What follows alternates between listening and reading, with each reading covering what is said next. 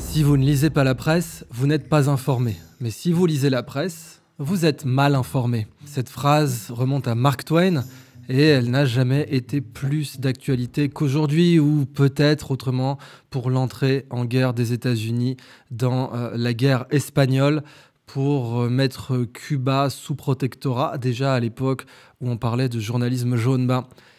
Jaune, la moitié du drapeau de l'Ukraine.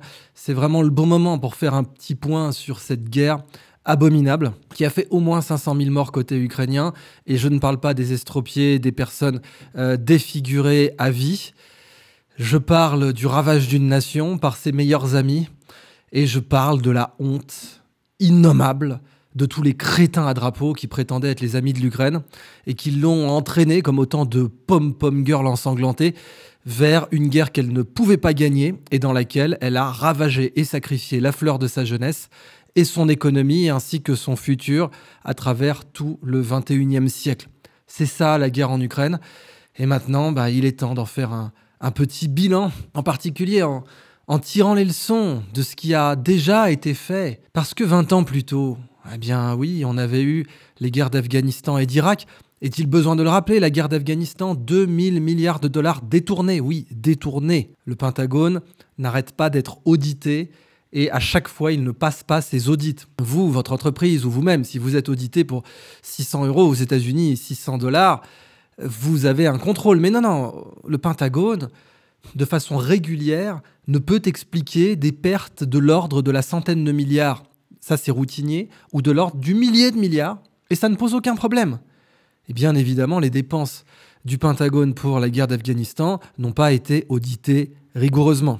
De la même façon que, comme vous le savez, pendant l'événement rocambolesque où on nous disait que Wagner allait prendre Moscou, il y avait déjà plusieurs milliards qui avaient disparu du Pentagone sans qu'on sache vraiment où et pourquoi. Et une des hypothèses avait été que peut-être le groupe Wagner avait arnaqué la CIA en lui disant « nous allons faire un coup d'État pour tant de milliards » et se serait barré avec l'argent. C'est tout à fait envisageable. Alors la guerre en Ukraine. Revenons déjà aux guerres d'Afghanistan et d'Irak. La guerre d'Irak, la deuxième, celle de 2003, était un mensonge de presse criminel et on revoit les mêmes phénomènes, c'est-à-dire du terrorisme intellectuel.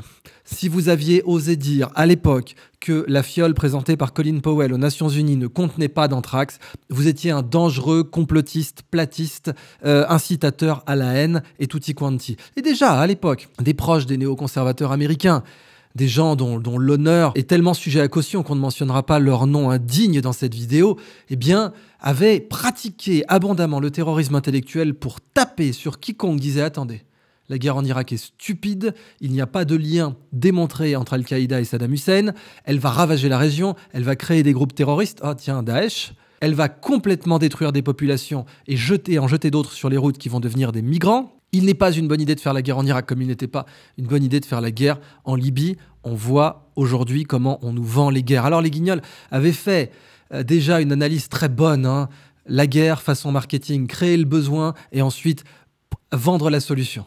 Donc on crée le besoin, mon Dieu, on va tous mourir, mon Dieu, Saddam Hussein a des armes de destruction massive, mon Dieu, Kadhafi distribue du Viagra pour violer sa population. C'était complètement faux, bien sûr, comme toutes les autres désinformations, les grands crimes de presse qui avaient mené à cette guerre. Et ensuite, on apporte la solution, il faut réduire la Libye à l'âge de pierre. Aujourd'hui, il y a des marchés aux esclaves en Libye, tout va bien. Et pour l'Irak, le pays est durablement ravagé, sans aucune souveraineté. Elle est belle, la démocratie qu'on était censé lui apporter. La guerre en Ukraine, c'est la même chose, c'est un déroulement, un tissu de mensonges, de crimes de presse ensanglantés. On ne peut pas dire les choses autrement.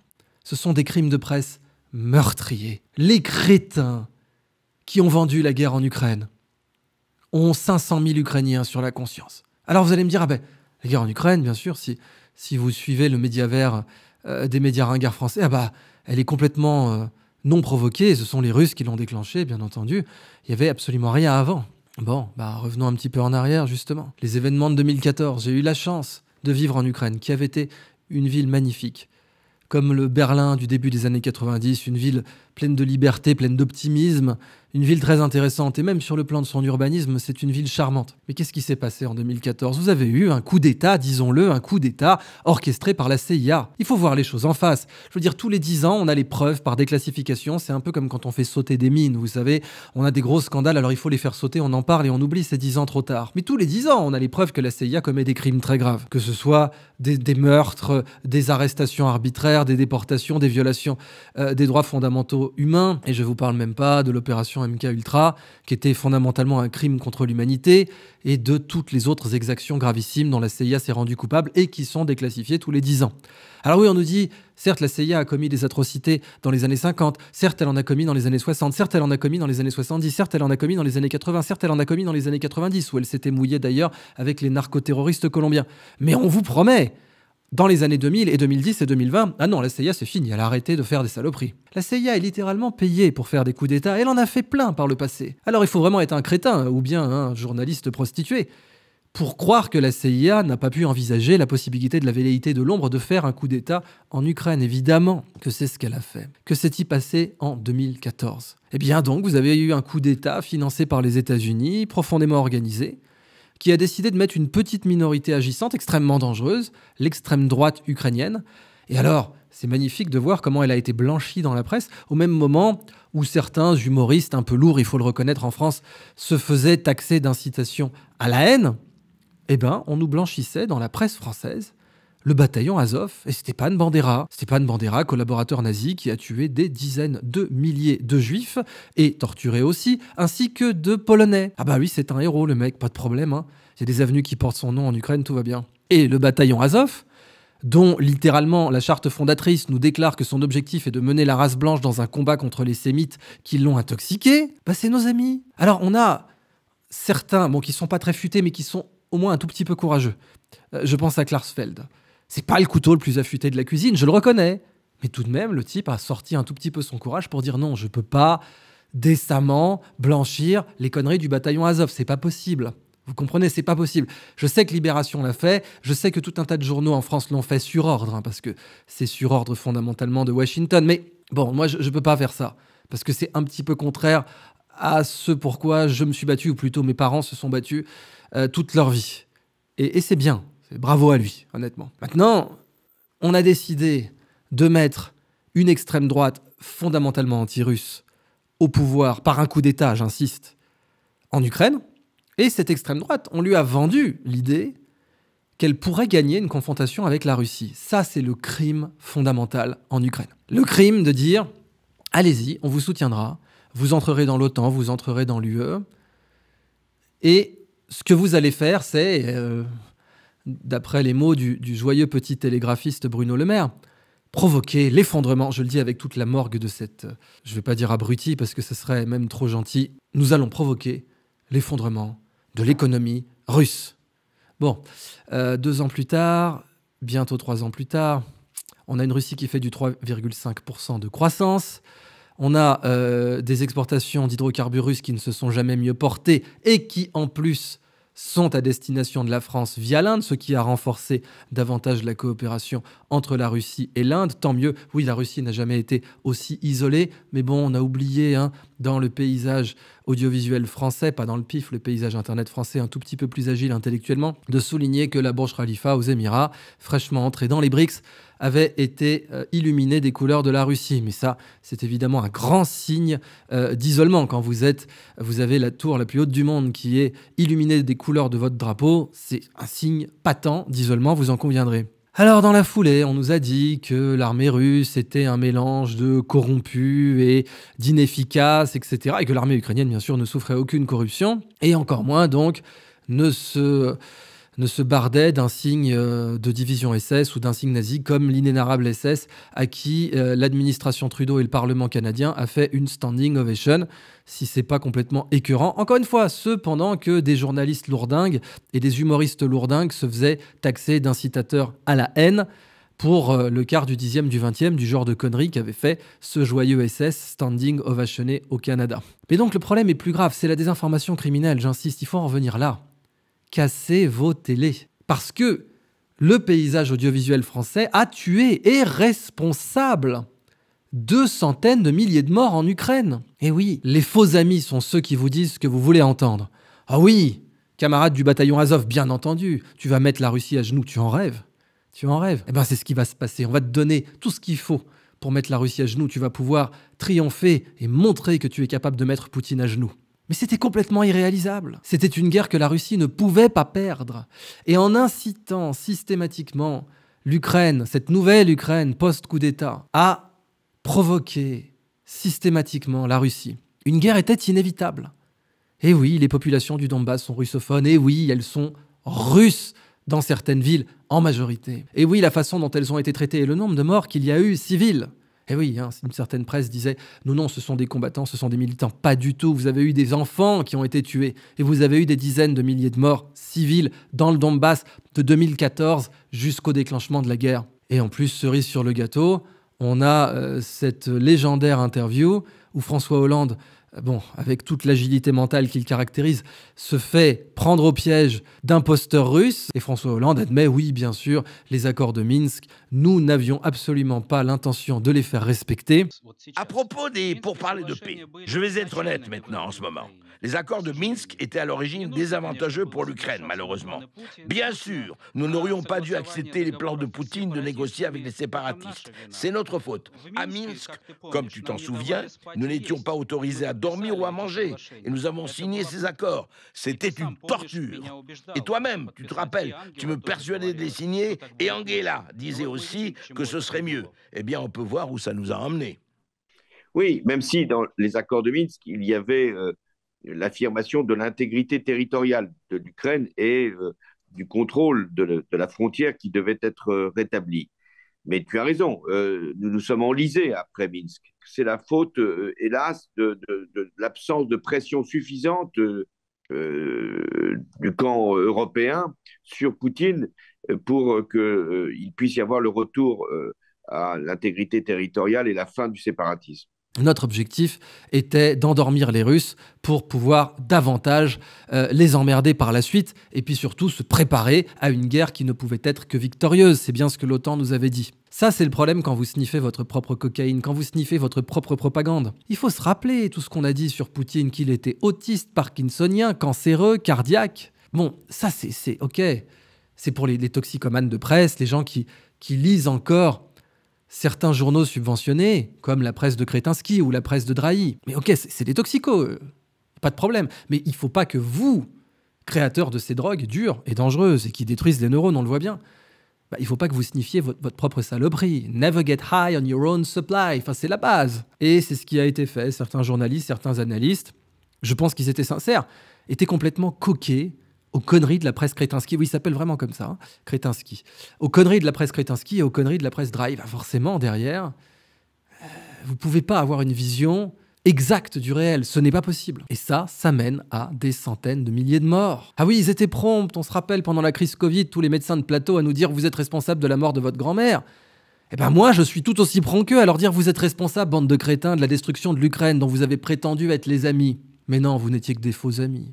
Vous n'étiez que ces gens qui adore être du côté médiatique de l'histoire, qui adore la vertu ostentatoire, qui adore mettre une seringue et un drapeau ukrainien sur leur biographie. Toute la team NAFO et autres crétins qui ont entraîné leurs amis. Vous n'avez jamais été les amis de l'Ukraine. Vous n'avez même jamais rencontré d'Ukrainiens en Ukraine, bande de débiles. Mais vous avez mené droit leur pays à la destruction économique et même démographique. Aujourd'hui, oui, parce que moi j'ai encore des amis en Ukraine.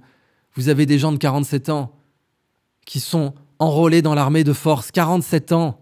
Est-ce que vous mesurez les conséquences de vos conneries? Est-ce que vous comprenez la responsabilité que vous avez eue à soutenir, de 2014 à aujourd'hui, une vision du monde, une rhétorique comparable à la rhétorique des néoconservateurs en Irak, comparable à la rhétorique des criminels de guerre en Libye, qui a mené droit à cette situation, dont l'Ukraine aujourd'hui ne peut plus se départir, pour ne pas dire se dépêtrer, parce qu'aujourd'hui toute l'initiative est dans le camp des Russes et il faut revoir les dont certains avaient même 5 galons dans l'armée française. Comment c'est même possible? Je pleure de ça. Il y en a un que Xavier Moreau appelait Gamelin. Mon Dieu, c'était encore trop gentil. Ou méchant pour Gamelin. Comment des pareil, on peut dire, ah oui, la contre-offensive, vous allez voir ce que vous allez voir. On va utiliser des AMX-10RC qui littéralement ont été développés pendant la guerre froide pour harceler les flancs d'une colonne attaquante russe qui serait passée par la trouée de Fulda. On va les envoyer droit sur des fortifications et des mines russes retranchées. C'est une excellente idée. Absolument excellente. Comment on a pu avoir des crétins pareils aux manettes? Bon, après tout, quand je vois ceux qui d'ailleurs aujourd'hui sont dans le viseur de la justice et de plusieurs plaintes, qui nous avaient vendu les merveilles de la Pfizer Love Potion et ses fameux 96% d'efficacité en 2 doses, comme avait dit Castex, eh bien, je comprends qu'on a simplement pris les mêmes amibes décérébrés pour faire de l'analyse militaire en Ukraine. Et ce sont les mêmes qui nous ont dit, bah écoutez, voilà, les Ukrainiens, eux, ils défendent leur pays, donc ils vont forcément gagner. Les Russes, bah, ce sont des orques complètement idiots, alcooliques, corrompus, dirigés par un autiste cancéreux cardiaque, et donc ils ne peuvent que perdre. Et en réalité, la situation, c'est qu'on a renforcé complètement l'armée russe, qu'on l'a entraînée, qu'on l'a rendue antifragile, qu'on a fait d'elle la développeuse des toutes nouvelles tactiques de guerre, en particulier avec des fantassins équipés de drones. Et aujourd'hui, aucune armée au monde ne sait mieux gérer une bataille moderne que la Russie. Bravo les champions, bravo. Et en face, l'Ukraine est amputée de 30% de son territoire, son économie est dévastée, elle a perdu 500 000 personnes dans la fleur de leur jeunesse et beaucoup plus encore de traumatisés, défigurés, estropiés. Et je ne parle même pas de tous ceux qui ont quitté le pays et qui peut-être n'y reviendront que dans une vingtaine d'années. Bravo les NAFO, bravo les petits drapeaux bicolores, bravo à vous. Vous êtes vraiment de la graine de champion. Et je ne vous vois pas vous excuser, dire pardon aux Ukrainiens. En fait, si on avait vraiment veillé à vos intérêts, on vous aurait dit en 2014, provoquez pas la deuxième puissance militaire mondiale. Et en fait, il est possible que les États-Unis vous aient dit que vous pouviez gagner cette guerre, mais qu'ils se soient copieusement foutus de votre gueule, parce que si on analyse l'histoire, c'est littéralement ce que les États-Unis font de leurs alliés avec une régularité de coucou suisse depuis des décennies. Comme l'avait très bien dit Kissinger, être l'ennemi des États-Unis est dangereux, mais être leur ami est fatal. Rappelez-vous que Saddam Hussein avait été un ami des États-Unis. Le mec a fini pendu le jour de l'Aïd. Voilà ce que les États-Unis font de leurs amis. Ils les utilisent et ils les jettent. Et croire une seule seconde pour les amis de l'Ukraine, que l'Ukraine n'allait pas être utilisée et jetée par les États-Unis si bienveillants et fraternels, eh ben c'était être con. Alors moi, je vais faire mon mea culpa par contre. Au début de ce conflit, je vous ai dit que la Russie avait quand même perdu la première partie. Alors je me suis empressé de dire et de rappeler la constante géopolitique de ce conflit qui était que la Russie ne pouvait pas perdre, qu'elle ne pouvait que gagner un peu, beaucoup, passionnément. Et aujourd'hui, le conflit s'achemine vers le fait qu'elle a au moins gagné un peu. La vraie question maintenant, c'est est-ce qu'elle va décider de gagner beaucoup, c'est-à-dire de prendre Kharkov et Odessa, mais qu'elle ne pouvait que gagner au moins un peu, à savoir garder le Donbass. Ça, c'était clair et net, il n'y avait pas de situation où l'Ukraine pouvait le lui reprendre. Mais au début, même moi, quand j'ai vu par exemple les VDV se faire massacrer, donc les descentes-Niki, les parachutistes russes, se faire massacrer dans la prise de Gostomel, là je me suis dit quand même, là les Russes, ils ont merdoyé. Et en partie, ils ont merdoyé. Et puis après, on a appris, et là je dois faire mes excuses à Xavier Moreau, je ne l'ai pas attaqué pour ça, c'est un très bon analyste, mais j'étais juste pas tout à fait d'accord. Je me suis dit quand même, envoyer les VDV se faire massacrer, ça pouvait pas être une diversion. Et puis en fait, on a eu là les conversations de Boris Johnson qui ont montré qu'en effet, au début de la guerre, oui, eh bien, Poutine avait joué ses descentes-Niki, ses troupes de choc, pour demander immédiatement une négociation avec Zelensky. C'est exact. Et il avait obtenu son objectif politique, puisque Zelensky était prêt à négocier. Et c'était ça, la prise de Gostomel. C'était pas une connerie militaire, c'était un objectif politique, coûteux en vie humaine certes, bon, pas aussi coûteux que la contre-offensive ukrainienne, qui allait être évidemment couronnée de succès d'après tous les crétins de plateau, qui ont du sang sur les mains, ne disons pas les choses autrement. Eh bien, en effet, la bataille ou l'escarmouche de Gostomel avait été couronnée de succès d'un point de vue politique, mais c'est Boris Johnson qui a dit à Zelensky « Non, continuez à vous battre, on est derrière vous ». Et après, il n'y a qu'à voir comment Zelensky a été accueilli au sommet de Vilnius comme un vulgaire... Je ne sais même pas comment vous le dire, comme quelqu'un qui passe les plats. Et là, évidemment, il s'est rendu compte qu'il aurait dû mieux étudier l'histoire et que certes, des personnes réputées pour leur intelligence fulgurante, je parle bien entendu de George W. Bush, avaient dit qu'il était le Churchill du XXIe siècle, mais que l'histoire américaine aurait dû le prévenir de ce qu'à un moment donné, les États-Unis allaient se lasser de lui, en particulier sur le plan logistique. Et oui, on a d'un côté une armée russe qui a une logistique immédiate, et puis de l'autre, une OTAN qui essaie de ravitailler un ex-pays de l'URSS et du pacte de Varsovie avec des Kalachnikov et des Sukhoi, et qui va devoir tenter de lui fournir des F-16 pour lesquels ses pilotes ne sont pas formés, pour lesquels ses pistes ne sont pas adaptées, pour lesquels les munitions ne sont pas adaptées. Et on a une logistique extrêmement complexe d'un côté, extrêmement simple de l'autre. Or, l'invariant de la guerre, c'est que les amateurs parlent de stratégie, mais que les experts parlent de logistique. Et rien que sur cet aspect-là, on ne pouvait pas voir comment l'Ukraine pouvait gagner cette guerre en ayant une humiliation tombée du ciel, un Deus ex machina de l'armée russe. Et c'est ça, en réalité, ce que tous les experts de plateau avaient cultivé dans leur esprit drogué à la propagande américaine. Et c'est d'ailleurs cette même propagande qui donne le là, puisque c'est maintenant que CNN et que la BBC disent « Ah oui, il faut envisager que cette guerre soit perdue », qu'on retrouve la presse française qui dit « Ah oui, en fait, il faut envisager que cette guerre soit perdue pour l'Ukraine » et que l'Ukraine prenne sa paume comme quelqu'un qui s'est fait repasser sur les marchés boursiers et qu'elle arrête de perdre plus, qu'elle coupe ses pertes maintenant, ce qu'elle aurait dû faire depuis 1 an, et qu'elle ne perde pas plus, c'est-à-dire Kharkov et Odessa, parce qu'au bout d'un moment, c'est ça qui va se passer.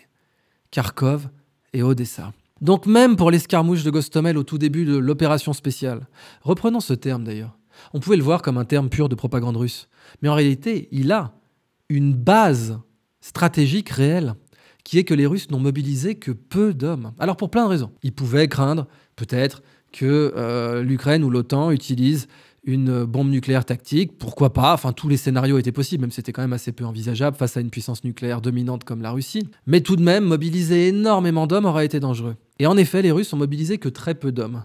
Donc certes, il y avait une dimension de propagande au fait d'appeler ça opération spéciale, propagande aussi bien extérieure qu'intérieure, c'est-à-dire dire à la population russe, on n'est pas encore dans la posture des canons plutôt que du beurre, comme l'avait très bien analysé Jacques Sapir, l'approche de Poutine d'un point de vue économique était du beurre et des canons. Mais de l'autre, c'était aussi pour l'extérieur leur dire « Attendez les gars, j'ai pas tout mobilisé. Et si jamais vous voulez qu'on joue au con, je peux sans aucun problème vous mobiliser un total de 700 000 hommes. » Et là, l'Ukraine est balayée.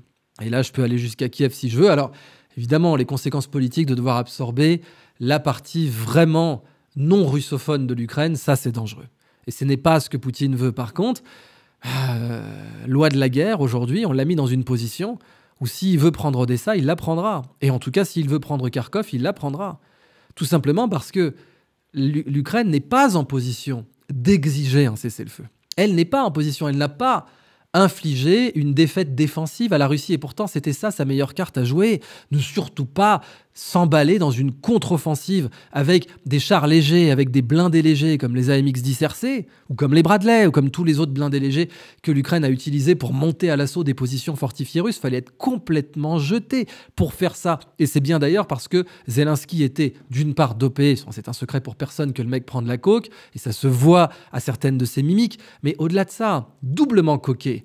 Coqué physiquement et coqué à la propagande occidentale qui lui disait « Vas-y, obtiens une victoire politique, va récupérer la Crimée ». Ce que les tarés de plateau nous disaient. Cassez vos télés, je ne vous le répéterai pas assez. La vraie résistance aujourd'hui, c'est d'avoir un projecteur, pas une télé.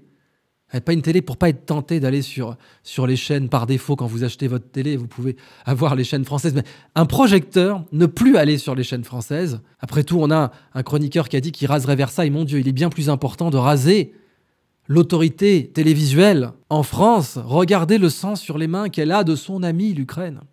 Et oui, c'est beaucoup plus facile d'être un vertueux ostentatoire que d'être un vertueux authentique. Ça, coller un drapeau sur sa biographie, n'importe quel crétin peut le faire. Et mon Dieu, ils ont été nombreux les crétins qui l'ont fait. Ceux qui ont mis leur avatar en bleu et jaune. Mais les vrais amis de l'Ukraine, ça aurait été Dominique de Villepin qui lui aurait dit ce qu'elle devait entendre. Vous ne pouvez pas gagner une guerre ouverte avec la Russie, alors arrêtez de planifier une telle guerre, ce que vous faites depuis 2014. Aux incitations de la CIA et de l'OTAN, arrêtez de faire ça. Ça va vous mener à la catastrophe. Ça va vous mener à une situation où vous ne pouvez pas gagner. Et quelques néoconservateurs fanatiques, radicalisés, disons-le, se sont dit « Ah, on a une vraie chance que le régime de Poutine s'effondre. » Le même régime qui fait du 60% d'opinion favorable dans les sondages, même des sondages qui viendraient d'agences de presse indiennes. Ah oui, le même, on va l'effondrer, bien sûr. Les gilets jaunes n'ont pas fait s'effondrer Macron, avec ses 20% d'opinion favorable à certaines époques. Mais par contre, ça c'est sûr, une guerre ukrainienne va faire s'effondrer le régime de Poutine. Et puis si c'est pas la guerre ukrainienne, ce sera bien sûr le coup d'État de Wagner. Lequel, a été redéployé en Biélorussie et je n'ai pas été surpris de voir que malgré évidemment toutes les ironies des génies à drapeau bicolore, même France 24 avait rapporté que l'état-major ukrainien s'inquiétait de la présence de Wagner en Biélorussie. Et qui ne s'en serait pas inquiété, bande d'imbéciles. Donc vraiment, séparé dans cette époque du faux, dans cette époque du paraître plutôt que de l'être, dans cette époque où vraiment le but est d'agiter sa vertu plutôt que de la pratiquer. Dans cette vertu aussi ostentatoire que masturbatoire, disons-le, rappelez-vous que quelqu'un ou qu'un pays a deux types d'amis, les vrais et les faux. Et les vrais amis de l'Ukraine étaient ceux qui lui disaient depuis le début ce qu'elle devait entendre. Et les faux amis de l'Ukraine, ces pom-pom girls aux mains ensanglantées, sont tous les abrutis à drapeau, qui étaient d'ailleurs souvent des abrutis à seringue, on voit bien. C'est des gens qui n'ont pas de caractère et de personnalité, qui suivent la chose courante du moment, qui suivent ce que leur disent les médias dominants, qui donc s'affirment dominés, bien entendu. En tout cas, au moins intellectuellement et sur le plan du caractère. Tout cela ont joyeusement, au pas de course, entraîné l'Ukraine dans sa destruction. Et dans un demi-million de jeunes morts pour un pays qui avait un niveau éducatif excellent, à qui on devait des succès technologiques comme WhatsApp, et qui avait un potentiel économique réel.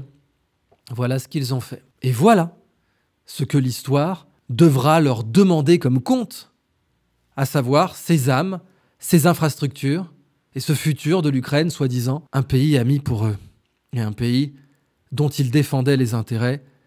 J'ai rien d'autre à leur dire que bravo les champions.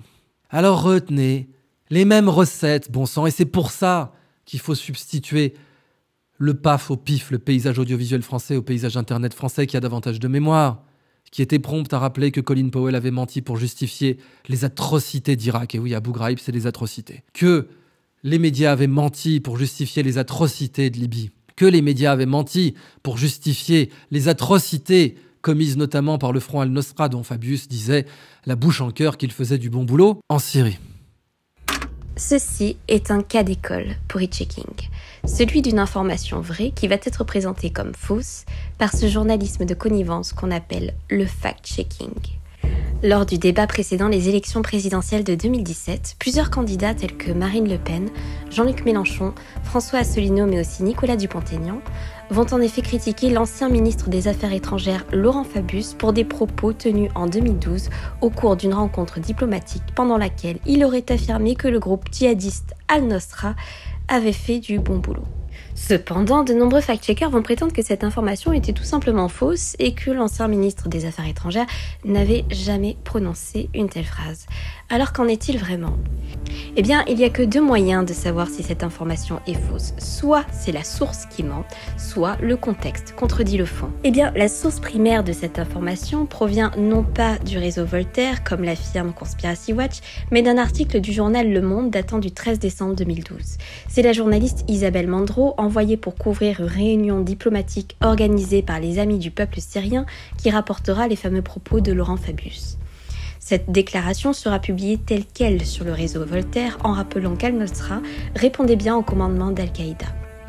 Mais les fact-checkers vont tenter une opération de ce qu'on appelle le cyberblurring, c'est-à-dire qu'ils vont tenter de flouter une information vraie en l'associant à des éléments dénoncés comme faux par des procédés fallacieux afin de pousser le public vers la conclusion que toute l'information serait fausse. Ils vont donc faire du mensonge par omission, c'est-à-dire un mensonge aggravé, puisque le mensonge par omission trompe et manipule son public bien plus qu'un mensonge frontal.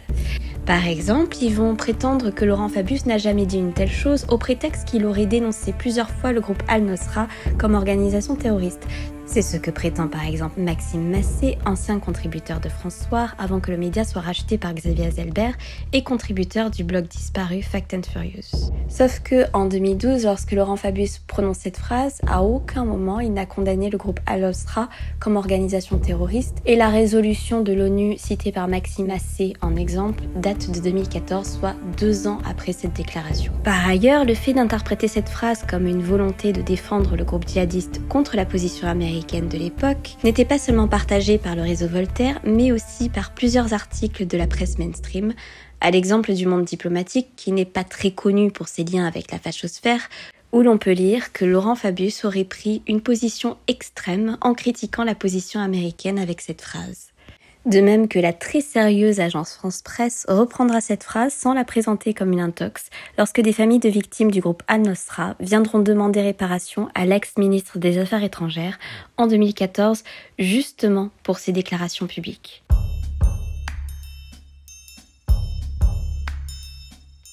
Et que bien entendu, les médias allaient mentir aussi pour justifier les atrocités d'Ukraine et pour justifier l'envoi au hachoir à viande de la fine fleur de la jeunesse ukrainienne et maintenant de toute une population qui a de 45 à 65 ans. Et voilà ce que les pom-pom girls aux mains ensanglantées justifient. Retenez qu'une guerre ne se vend que sur des mensonges. Et qu'un des premiers grands mensonges, c'est de dire que ce sont les Russes qui ont commencé cette guerre. Non, cette guerre a commencé par un coup d'État en 2014 qui a amené une minorité dangereuse et d'extrême droite et néo-nazie au pouvoir. Et cette minorité, avec son agenda, a été bercée dans l'illusion complètement folle qu'elle pourrait gagner une confrontation directe avec la Russie. Cette minorité a agi contre les intérêts de sa nation, et on le voit bien maintenant dans sa promptitude à balancer aussi bien la jeunesse que les personnes d'âge moyen au hachoir à viande. Et cette minorité aujourd'hui ne sait plus comment s'en sortir, mais en tout cas elle s'en sortira très bien, vu tout l'argent qui a été détourné dans les dons généreux octroyés à l'Ukraine. Retenez les leçons maintenant, que tous ces Ukrainiens ne soient pas morts en vain. Soyez courageux, si vous voulez vraiment être l'ami d'un pays, soyez courageux, soyez de ses vrais amis, soyez de ceux qui lui disent ce qu'il doit entendre. Et oui, moi je me rappelle toutes ces vidéos sur YouTube. On a piégé les Russes, la fin est proche, les Russes sont humiliés, les pertes sont inacceptables. Alors on a eu les Saint-Javelin, ensuite on a eu les Bayraktar bien sûr, puis ensuite on a eu les soi-disant embuscades et moments incroyables où les Russes avaient eu des pertes inacceptables dans telle ou telle bataille. Que Bakhmout d'ailleurs allait être une victoire ukrainienne décisive, et puis Avdiivka, une autre victoire ukrainienne décisive. Sans parler de la légendaire contre-offensive qui nous a été vendue 24 heures sur 24 et qui devait, on le sait, aller jusqu'à la mer Noire. N'oubliez jamais, c'est ça le devoir de mémoire fondamentalement. Non seulement les médias mentent frontalement quand ils vendent une guerre américaine, une guerre qui intéresse le Pentagone. C'est un mensonge. Les médias sont des boussoles qui indiquent le Sud, comme d'ailleurs Castex était un gros menteur quand il vous disait « Ceux qui sont vaccinés 2 doses n'ont pas de chance de faire la maladie ». Pour moi, c'est la boussole qui indique le Sud. Vous savez que si Castex passe dans un média dominant français pour vous raconter ça, c'est le contraire qu'il faut entendre. Avec ceux qui sont vaccinés 2 doses, bah oui, en fait, ils peuvent faire la maladie, ils peuvent la transmettre, tout ça. Ça, c'était la réalité des faits. Eh bien, quand Colin Powell vous agitait une fiole d'anthrax en disant que Saddam Hussein, et on en avait les preuves, avait des armes de destruction massive, c'était un mensonge. Pour détruire un pays, le ramener à l'âge de pierre, déstabiliser une région, et l'Europe par des flux migratoires incontrôlés, et, bien entendu, gagner des milliers de milliards dans l'opération, tout en tuant joyeusement des pauvres marines américains et des tonnes de civils irakiens. Et les vrais amis même des États-Unis, en tout cas du peuple américain qui est censé être souverain, we the people, la Constitution américaine. Ben, les vrais amis, c'était Dominique de Villepin que la CIA a abattu avec l'affaire Clearstream. Méditez là-dessus. N'oubliez pas que quand il s'agit de vendre une guerre que désire Washington, les médias mentent et rementent.